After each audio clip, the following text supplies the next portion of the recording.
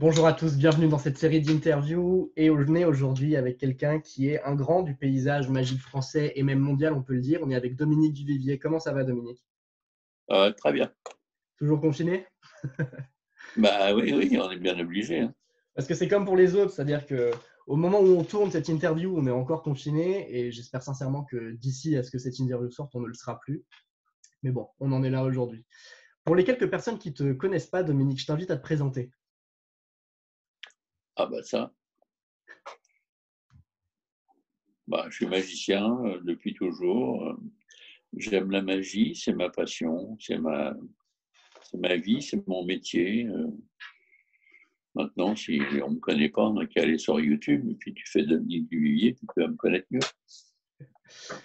Donc c'est un des, il est reconnu comme étant un des premiers magiciens à avoir réussi à gagner sa vie avec du close-up en France. Il a la plus vieille Même si boutique c'est avec un jeu de cartes.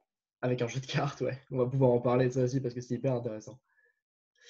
Il a également la boutique Mayette Magie Moderne, qui est la plus vieille boutique de magie au monde. C'est une figure reconnue. Il a créé un tour qui a été transporté sur Penn and Teller Full Us, qui a été exécuté par sa fille, qui a réussi à avoir Penn and Teller Full Us. Le lien de l'interview avec sa fille sera également dans la description. La première des choses que j'ai envie de te demander, Dominique, qui est très simple, ou peut-être pas si simple que ça d'ailleurs, c'est pourquoi est-ce que tu fais de la magie? Pourquoi? Ouais. Parce que je pense que, je ne sais pas si je vais répondre à pourquoi je fais de la magie, mais pourquoi j'ai fait quelque chose, c'est que j'avais quelque chose. J'avais des choses à dire, j'avais Mhm. des choses à exprimer.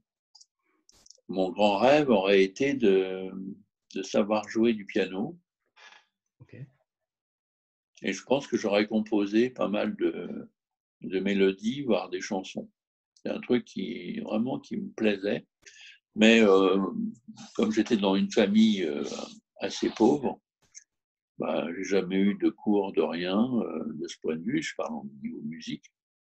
Et je me suis mis dans la magie comme j'aurais pu me mettre dans, j'allais dire dans le dessin, non, parce que dans le dessin, j'étais méga super pas doué.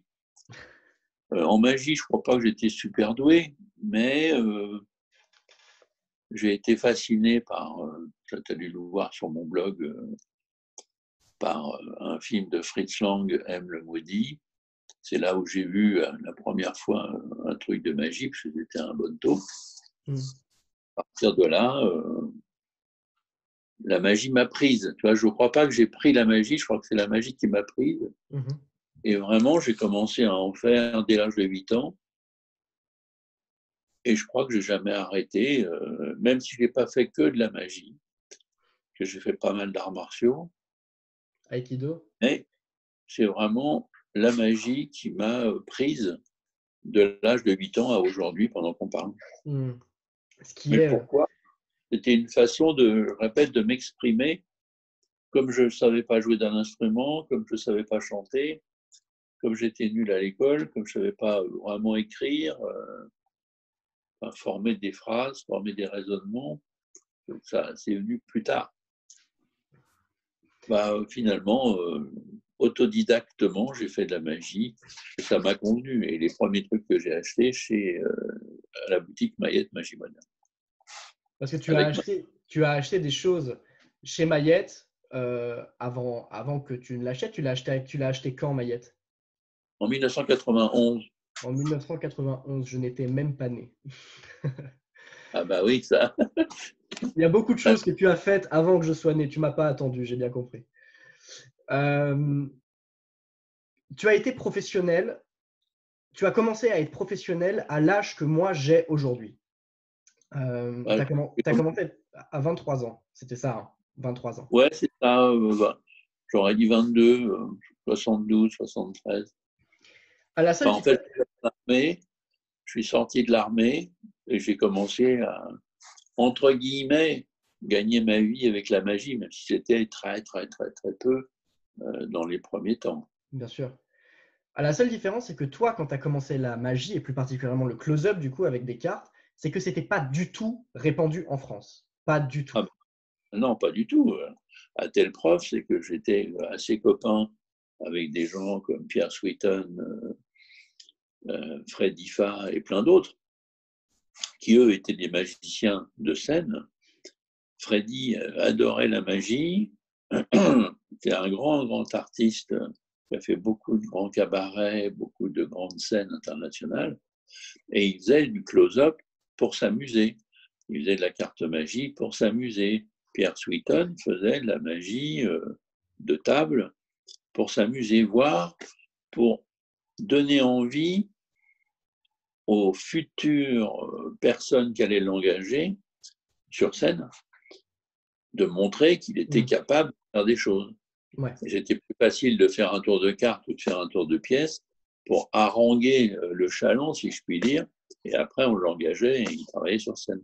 Mais un ensemble de mecs de ce genre, qui étaient donc des copains, m'ont tous dit, de toute façon, tu n'arriveras jamais à gagner ta vie avec un jeu de cartes, c'est impossible, parce que eux, ils étaient la preuve vivante, je dirais, qu'on peut gagner sa vie qu'en faisant de la magie de scène. Alors justement, comment on s'impose à 23 ans dans un domaine où il n'y a personne? Comment on arrive à asseoir une autorité là-dedans et à arriver à gagner peu à peu en notoriété? Et comment tu as réussi à justement amener ça en France? Comment tu l'as fait? Ça s'est fait progressivement. En combien de temps, tu dirais?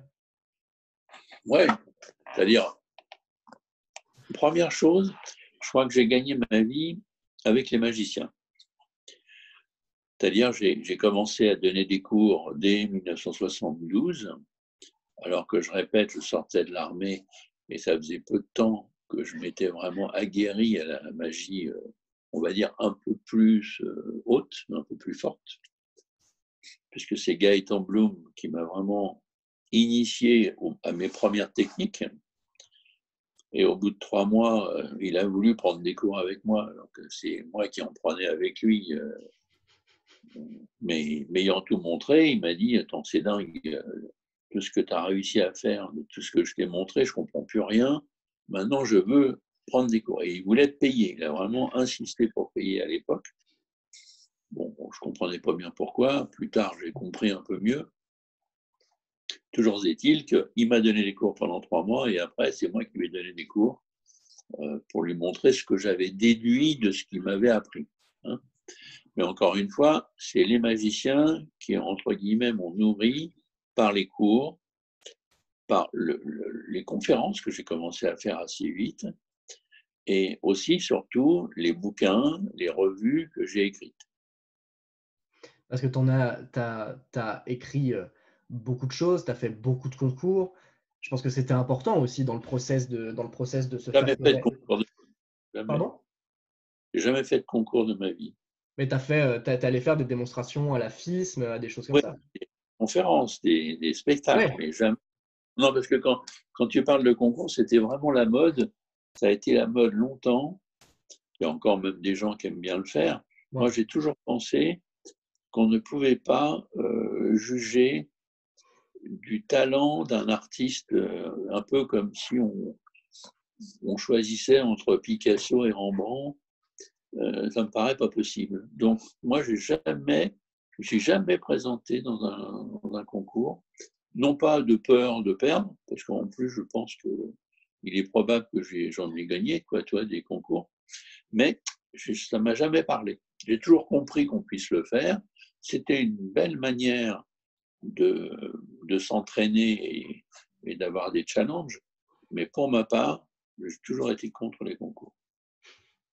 Je le comprends. Je suis assez du même point de vue que toi là-dessus. Pour en revenir aux cours, tu as donné des cours à énormément de gens, à beaucoup de magiciens Oui. depuis longtemps. Et aujourd'hui, cette forme de cours, elle a pris une dimension tout autre avec ton école, et avec l'école que tu as créée. Tu peux Ouais. nous en parler un petit peu de cette école pour les quelques-uns qui n'ont pas du tout entendu parler de ça? C'est-à-dire que déjà, l'étymologie, c'est que moi, j'ai toujours cru déjà que la magie était un art, alors qu'il n'est pas encore reconnu comme tel. N'empêche que j'ai toujours pensé que la magie était un art véritable, pareil que la peinture ou la sculpture, etc. Et j'ai toujours cru aussi ou plutôt manqué quand j'étais à l'école. Pourquoi on donne des cours de dessin? Pourquoi on donne des cours de chant et qu'on ne donnerait pas des cours de magie?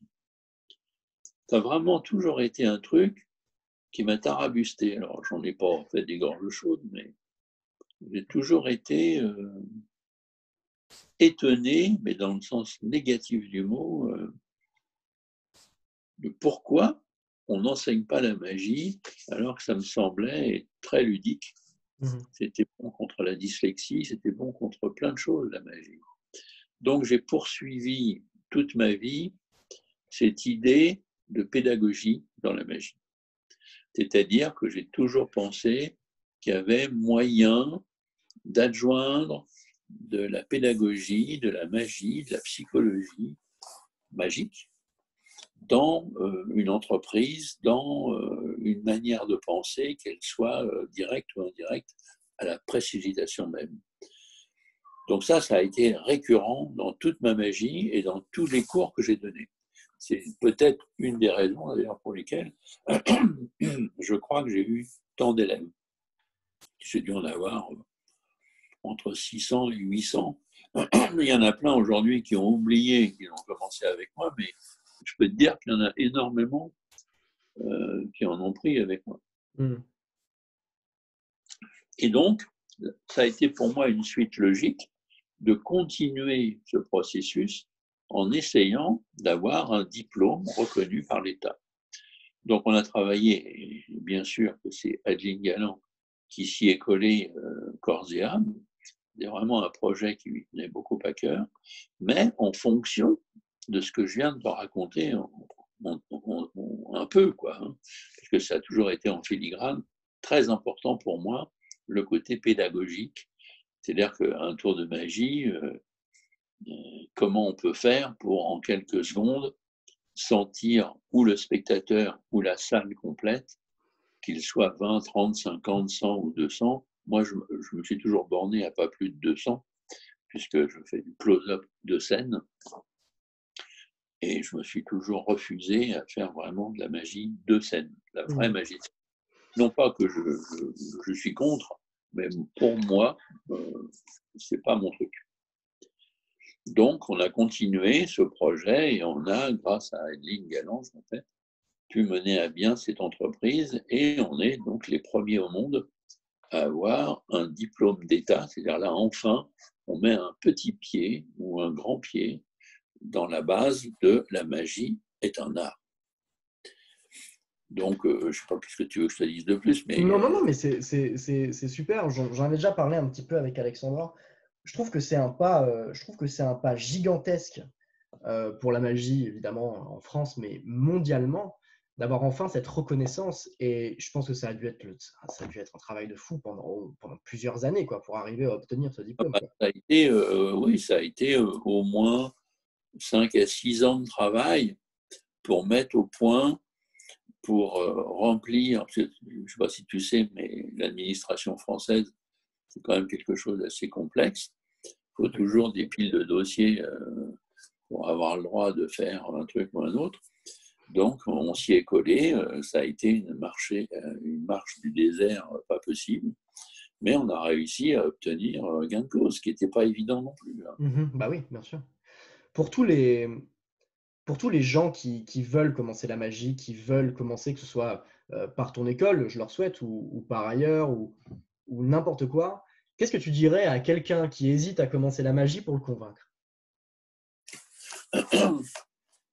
Pour le convaincre d'en faire? Ouais, qu'est-ce qui est différent avec la magie par rapport aux autres arts, pour toi?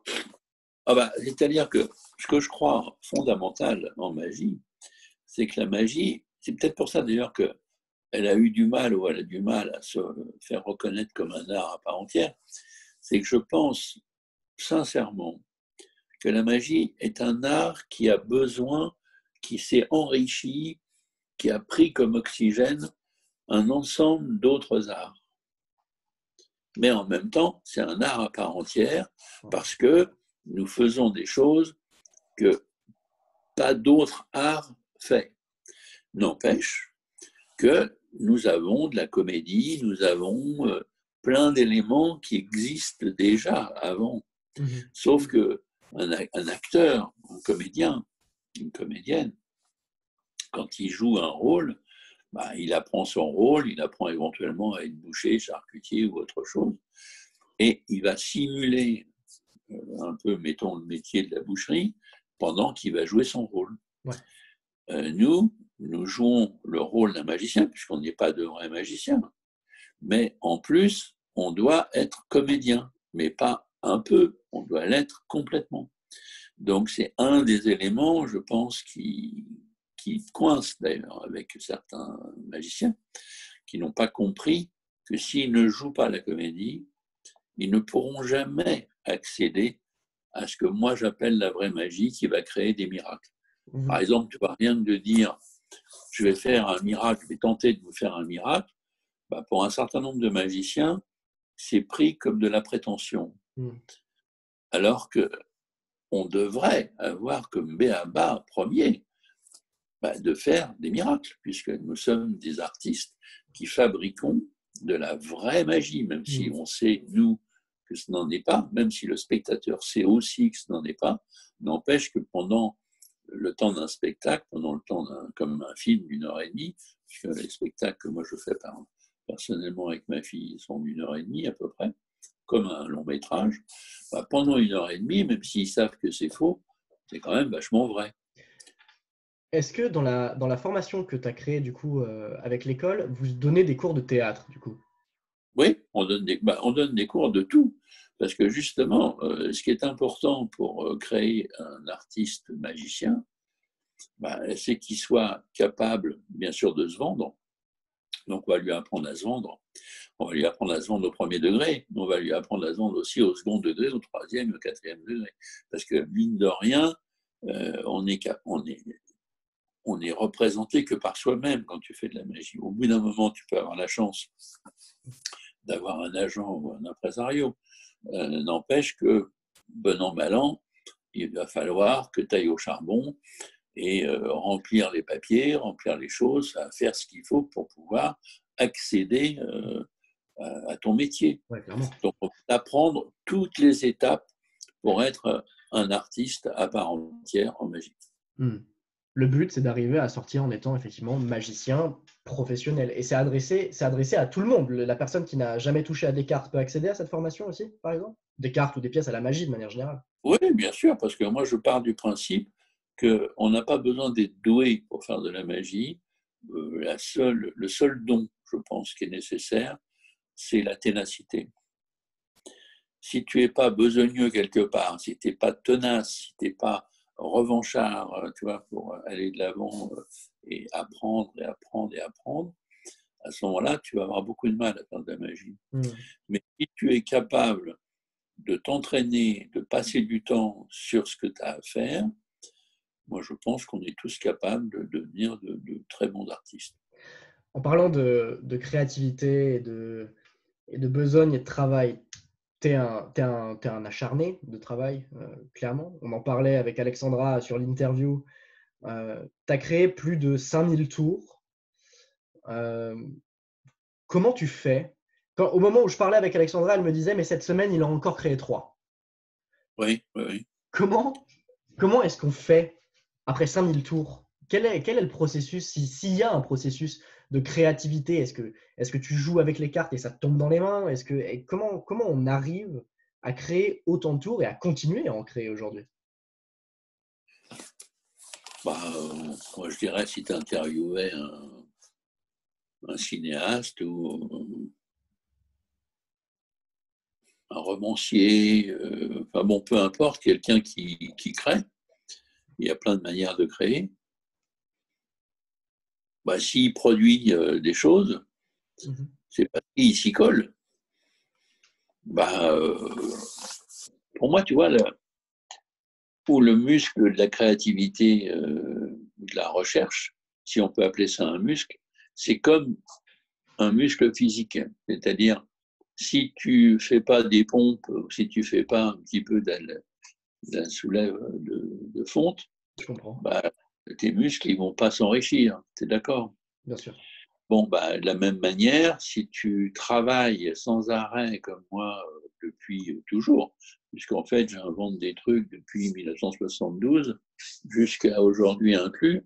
Avant l'interview, j'ai fini un truc là, que j'avais élaboré un peu avant de me coucher et que j'ai continué dans ma nuit en dormant et que j'ai concrétisé en me levant. Et donc, vers 14-15 heures, j'avais bouclé un nouveau tour. Mais ça fait partie de ma vie, c'est-à-dire que j'ai la chance que tous les gens qui sont avec moi, toute la tribu, me permettent de faire ce que je sais faire et que je sais faire. C'est-à-dire, à part la magie, je suis très maladroit, je peux être à côté de mes pompes facilement dès que je suis plus dans mon truc, mais j'ai déjà entendu pas mal de chirurgiens qui disent la même chose, c'est-à-dire qu'un chirurgien, très souvent, il est très précis, bien sûr, c'est mieux hein, qu'il soit précis en chirurgie, mais en dehors de la chirurgie, souvent le mec, il n'est pas planté un clou, tu vois. Bon, ben moi, c'est un peu ça, je ne suis pas chirurgien, mais c'est un peu le même genre. Mais pour répondre vaguement à ta question, si je suis en train d'y répondre, je ne sais même pas si j'y arrive là, hein, tu me diras. Bah, je réfléchis sans arrêt à des nouveaux concepts, des nouvelles pratiques. Alors évidemment, c'est surtout pas penser que tu es arrivé à quelque chose. Moi, je garde sans cesse l'âme de débutant. Une fois que c'est fait, que le tour est terminé, que je l'ai enregistré, qu'il est oblitéré, éventuellement, je vais être content de moi. Mais quand je dis éventuellement, c'est très rare en fait que je sois content. Je suis libéré d'un poids, parce que c'est vraiment comme un poids que j'ai en moi, je pense qu'à ça, quoi, tu vois, je suis Tu le considères obnubilé. comme ça? Ok. Ouais, tu dis quoi? Tu le considères comme ça. Tu as l'impression que tu as des choses, tu as des idées qui se mettent à l'intérieur de toi et qu'il faut que tu sortes. Ah oui, oui, c'est vraiment ouais, comme une addiction, quoi, quelque part. Tu vois, je suis un cinglé, hein, mais tous les passionnés sont des cinglés. Oui, bien sûr. Moi, j'ai lu beaucoup de biographies, d'autobiographies de chanteurs, de cinéastes, de comédiens, beaucoup de gens comme ça. Bah, quand tu regardes vraiment des mecs comme Bruce Springsteen, Elton John et plein d'autres, bah, si tu les regardes, j'ai l'impression qu'on est quand même assez particulier. Si on ne veut pas dire cinglé, on va dire Bien particulier. sûr. Bon, bah, moi, je suis tout le temps en train d'élaborer, je parle avec toi, et il va continuer de travailler en moi certaines pistes sur lesquelles je suis, qui ne sont pas encore résolues, et je me dis, ah oui, peut-être je pourrais faire ci, je pourrais faire ça. Je suis sans arrêt sur le pont, quoi, en gros. Donc c'est sûr que là, tu peux te dire, mais comment fait-il? Bah, comment fait-il? C'est que de toute façon, il ne fait pas autre chose, il travaille, quoi. Bah oui. Parlons d'un tour en particulier. Tu m'arrêtes si je me trompe, mais je pense que c'est le tour qui a le mieux marché, c'est l'imprimerie que tu as fait. Oui, au niveau vente, je pense que c'est. Voilà, petit à petit, les cartes au sac, SIB, commencent à rattraper. Mais oui, c'est le genre. Oui, ce tour-là, j'ai dû en vendre plus de 100 000. Parlons de SIB. Alexandra m'a Ouais, dit que c'est un tour que tu fais depuis 40 ans, qu'elle t'a ouais, vu, qu'elle te voit le faire ouais. à tous les magiciens qui sont passés, que tu as vus. Je l'ai inventé il y a longtemps et je l'ai fait longtemps. Et aujourd'hui, tu t'es dit, je le vends.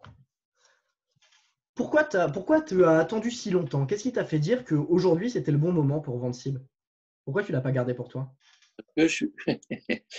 C'est marrant comme question. Alors, je ne sais pas si je suis doté d'un sixième sens, d'un septième ou d'un douzième, ou simplement que j'ai réfléchi, puis voilà, puis je vais te dire. Mais je crois beaucoup dans les choses qui sont autour de nous. qui circulent. Bon, pas le Conor bidule, le Covid-19 dont on parle tout le temps, mais un peu ça, quoi, tu vois, d'une autre façon, dans le bon sens du mot. En d'autres termes, je pense que les idées, elles sont dans l'air. Et si tu es réceptif, si tu es connecté, tu es capable de saisir les idées avant les autres.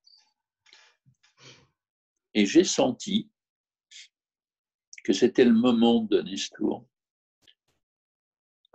Parce que même si jamais personne n'a compris comment ça marchait quand je le faisais, et je peux te dire que j'ai vu sur des réseaux sociaux, avant que le tour soit commercialisé, mais qui était déjà en pré-vente, si tu veux, Ouais. bah, j'ai vu des dizaines et des dizaines de pages sur les cartes au sac, où les gens pensaient à plein de solutions, mais jamais à la solution que j'ai inventée. C'est quand ils ont vu les 2 jeux de cartes, déjà ils se sont demandé pourquoi il y en avait 2, et c'est seulement après qu'ils ont commencé à voir comment j'avais imaginé mon truc, quoi. Tu vois. Ouais. Alors maintenant, évidemment, les mêmes qui n'ont pas du tout compris à l'époque disent que, en fait, c'est un truc qui existe depuis 1945, avant même que je sois né, vu que c'est le principe du biseau, tu vois, alors que c'est loin d'être que simplement un principe du biseau. Parce que c'est un tout petit peu plus compliqué que ça, quoi, tu vois. Ouais, bien sûr. Mais n'empêche que ça part d'un jeu biseauté de base, sauf que ça a été trituré différemment. Et j'ai senti que c'était la fin d'un moment, si tu veux. Et j'ai bien fait, parce que j'ai sorti ce truc, et je crois que un an et demi après la sortie, donc il y a peu de temps, bah, il y a un mec qui a sorti un truc qui est différent, mais qui est quand même pas si loin de mon truc. Alors qu'il n'y avait jamais eu de précédent depuis les 40 ans qui viennent de passer. Donc j'ai bien fait. Et pourquoi c'est pas toi? Pourquoi tu t'es dit, je vais laisser Alexandra aller à Penn and Teller? Pourquoi tu t'es dit, je vais pas y aller moi? Bah, parce que je suis un mec conscient, tu vois, de certaines choses, et j'ai senti, encore une fois, et que du pif, hein, on m'a demandé de faire ce truc, on m'a demandé de faire ça dans l'émission. Bon. Et je suis parti du principe que oui, je pourrais le faire, voire je pourrais le faire avec ma fille, mais je pense que les gens, s'ils veulent acheter, ils vont plus facilement s'identifier à quelqu'un qui est jeune qu'à un vieux croton comme moi. Parce que même si, quand on commence à me voir à l'œuvre, je ne suis pas encore croton parce que je peux encore me défendre, n'empêche que quand on voit le mec, on ne va pas forcément, tu vois, si tu as 20 ans, 25 ans, tu ne vas pas forcément avoir l'accès Ouais, à t'as pas la même dire approche. je vais faire le tour de ce vieux con là, tu vois. Alors qu'une belle nana pleine de talent, pleine de vigueur, qui fait le fameux truc, c'est pas pareil, parce qu'on a envie de s'identifier. On a moins envie de s'identifier à un mec comme moi. Enfin, je me suis dit quoi. Ouais. Est-ce que quand Alexandra était plus petite et qu'elle a voulu commencer à faire de la magie, je sais que tu l'as pas, que tu l'as pas forcé à s'y mettre. Je sais que t'as pas fait ça. Ah bah, j'en ai loin. Ouais, oui, bien sûr. Est-ce que quand elle a dit qu'elle voulait faire de la magie, tu as eu peur, tu as été fier? C'était quoi ta réaction en fait? De se dire, bah j'ai cet héritage-là qui visiblement intéresse ma fille et elle a envie d'y aller aussi. Non, non, non. Là encore, hein, peut-être que c'est de l'intelligence, peut-être que c'est de l'astuce, mais Mais je t'as me ju- suis, Vas-y, vas-y. euh, je me suis pas dit ce que tu me dis. Non. Mais je me suis dit que si elle devait faire de la magie, bah pourquoi pas, après tout. Hmm, Mais c'est un parcours du combattant de faire de la magie. bien sûr.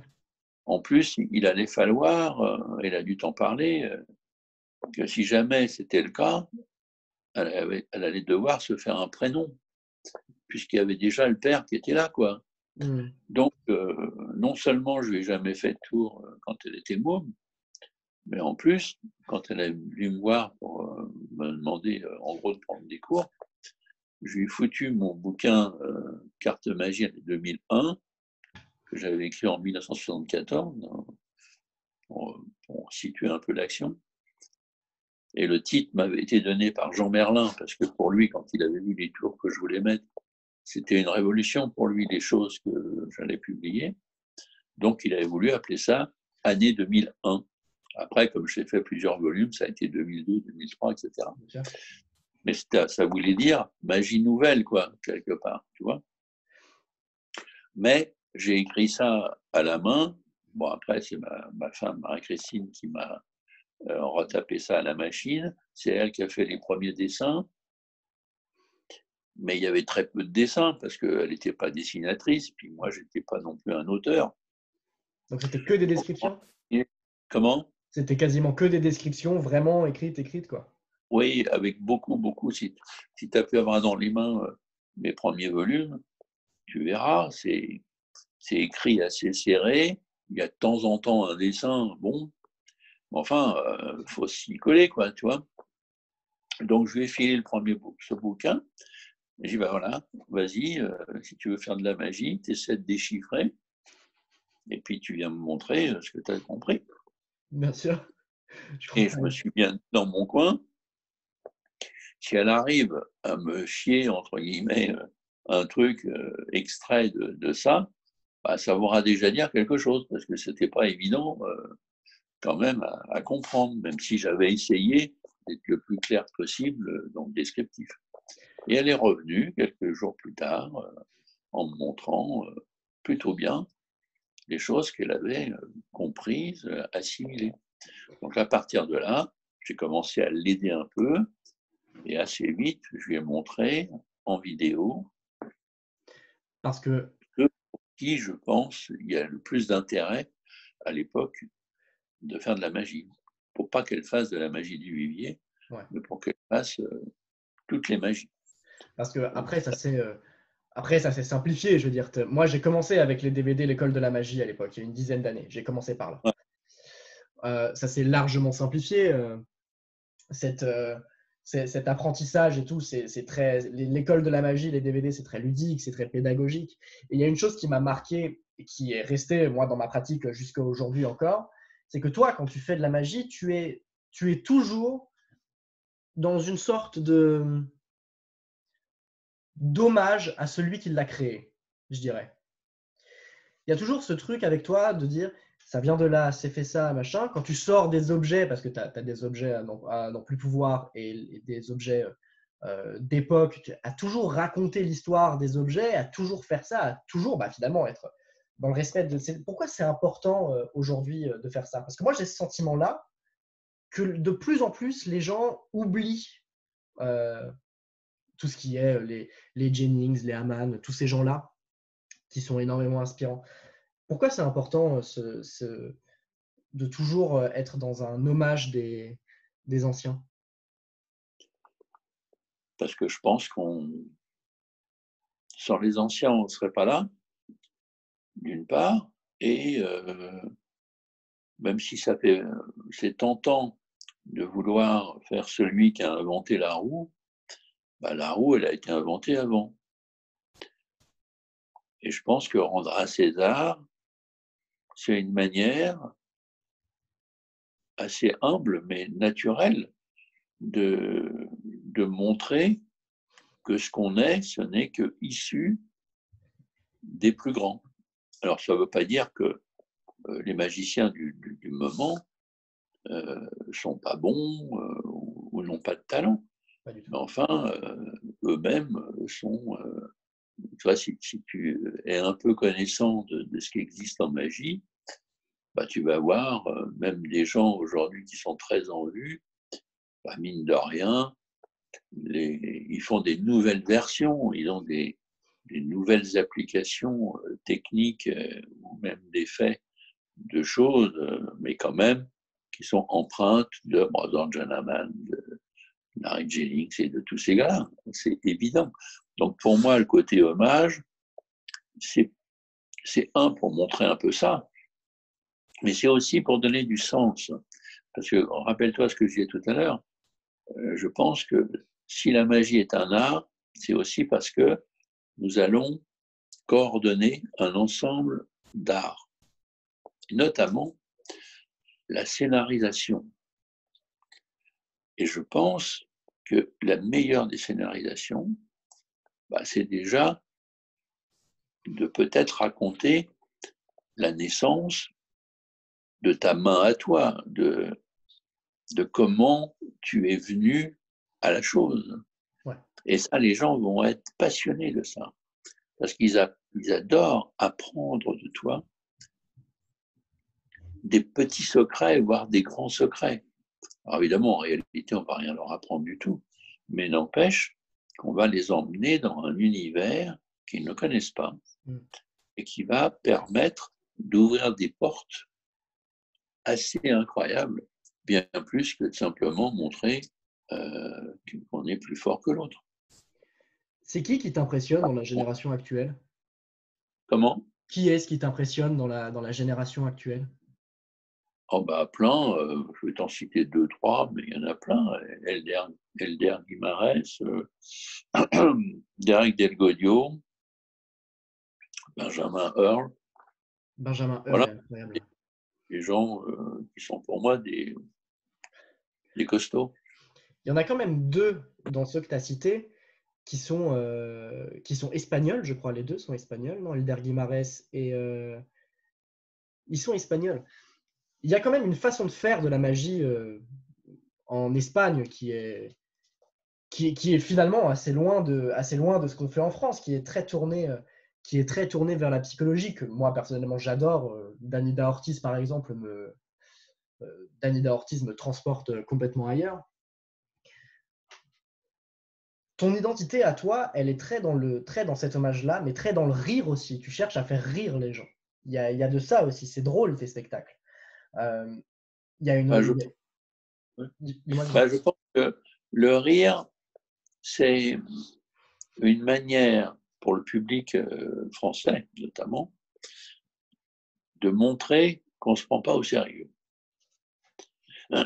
Et je pense que si on veut aller loin avec un public, c'est indispensable de montrer qu'on ne se prend pas au sérieux. Et une des manières de ne pas se prendre au sérieux, c'est de rire de soi, rire en général, ou essayer de faire rire pour montrer que notre but n'est pas de te baiser, de t'avoir, mais plutôt de te séduire, de t'amuser, de faire partie d'un jeu. Et ça encore, pour moi, ça fait partie d'une écriture. Oui, bien sûr. Scénar. Parce que ça m'a étonné quand tu m'as dit au début que quand tu étais plus jeune, tu n'avais pas d'aptitude particulière pour écrire ou quoi que ce soit. Et que du coup, évidemment, ça se travaille avec la magie, bien sûr. Et qu'aujourd'hui, tu sois en mesure de faire ce que tu fais dans tes spectacles. C'est quoi le spectacle que tu as fait qui t'a le plus, duquel tu as été le plus satisfait pour quelqu'un qui est difficile à être satisfait, tiens? Alors, attends voir.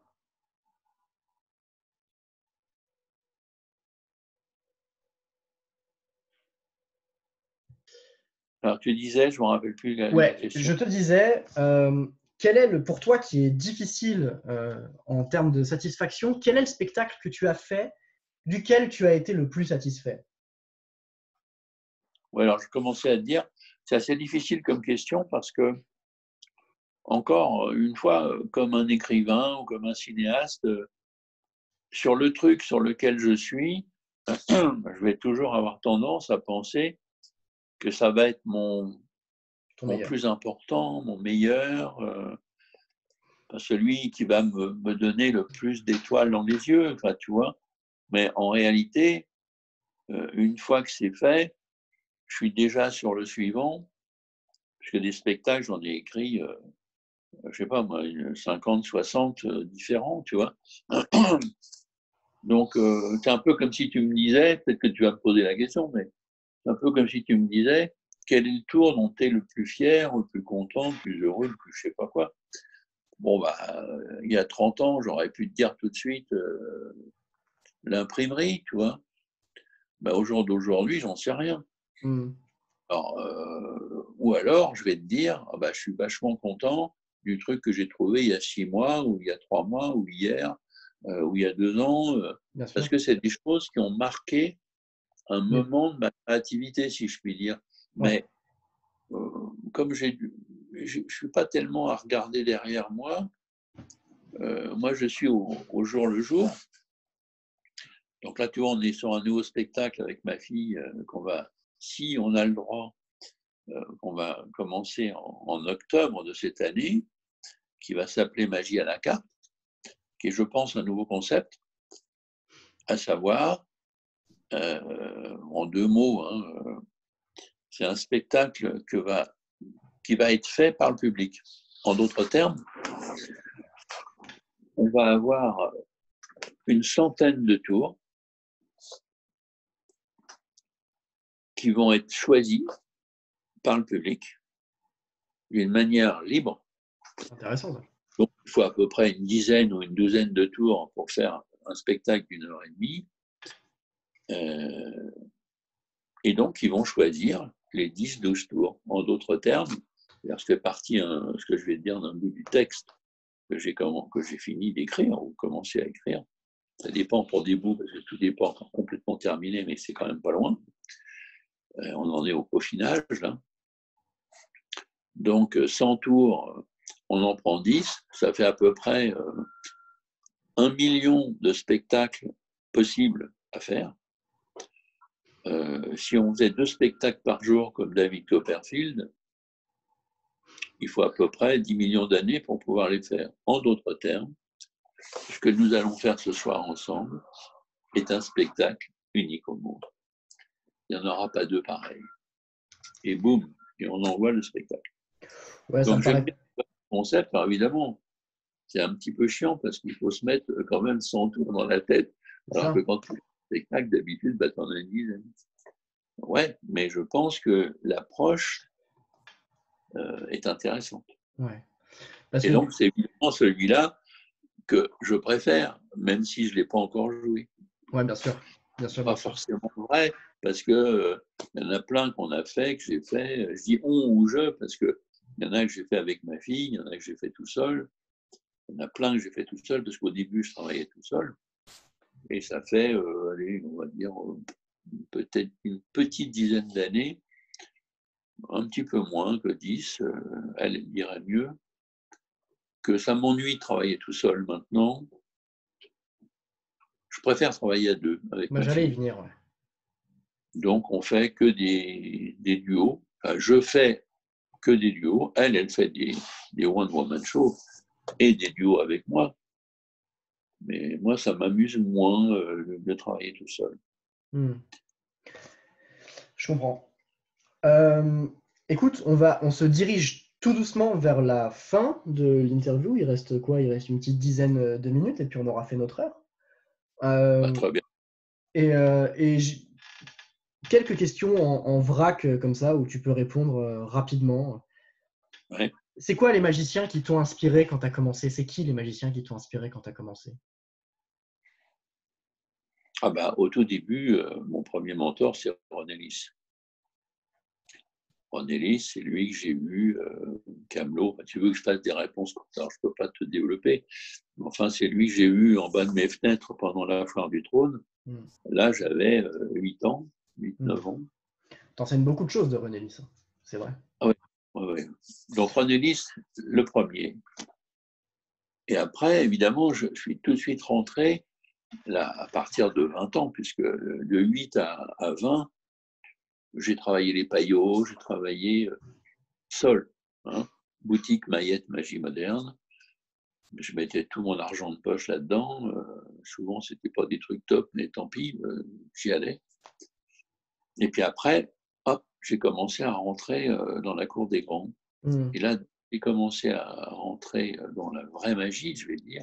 Je répète, c'est Bloom qui m'a montré mes premiers trucs. Et après, là, j'ai commencé à rencontrer des grands magiciens, puisque comme je suis devenu très vite, entre guillemets, numéro 1 des cartomans français, Freddy Fam m'a pris sous son aile, deuxième mentor, Freddy Fam, qui était un très grand professionnel et un amateur averti en magie de close-up. Là. Donc, il m'a présenté Fred Capps, il m'a présenté Brother John Hammond. Grâce à Fred Capps, j'ai rencontré Ricky Jay et Derek Tingle et Albert Gauchman. Tout ça en 1973. La même année. Frank Garcia, très vite. Voilà, les premiers qui ont fabriqué le plancher de ma magie. Très bien. C'est quoi ta dernière grosse claque en magie? La dernière fois que tu as vu un truc et tu t'es dit, là c'est fort. Là. Sur quelqu'un ou sur un tour? C'est difficile de juger un tour, mais ta dernière grosse claque en magie où tu t'es dit, là, putain, c'est fort. C'était quoi? Je me souviens pas, parce que c'est souvent que j'ai des claques comme ça. Si tu te rappelles pas, c'est pas grave.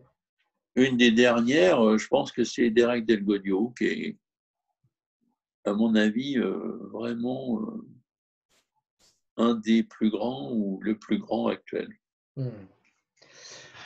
Et pour finir, on va dire un petit peu où se situe quoi. Pour, à la fin de ce confinement, du coup, évidemment, des spectacles vont reprendre, on l'espère, au double fond. Ça se situe où, le double fond? Comment? Où se situe le double fond? Physiquement? Ouais. Un place du marché Sainte-Catherine, dans le 4e arrondissement, et en face Saint-Paul, derrière la place des Vosges. À Paris. La boutique Mayette Magie Moderne est aussi à Paris. Elle est où, celle-là? Alors, elle, c'est Métro Maubert Mutualité, 8 rue des Carmes, Paris 5e. Voilà. Et sur les réseaux sociaux, on peut te retrouver sur ton site internet. Je crois que tu as une page Instagram aussi. Oui. Tu as et Facebook. Sur mon blog, c'est dominiqueduvillier.com. Voilà. Vous aurez de toute façon tout en description. Avant-dernière chose, pour continuer cette série d'interviews, comme Alexandra a pu le faire avec toi, qui m'a fait le contact avec toi, avec qui est-ce que tu pourrais me mettre en contact pour que je puisse continuer cette série d'interviews? Tu veux que je te mette en contact avec quelqu'un?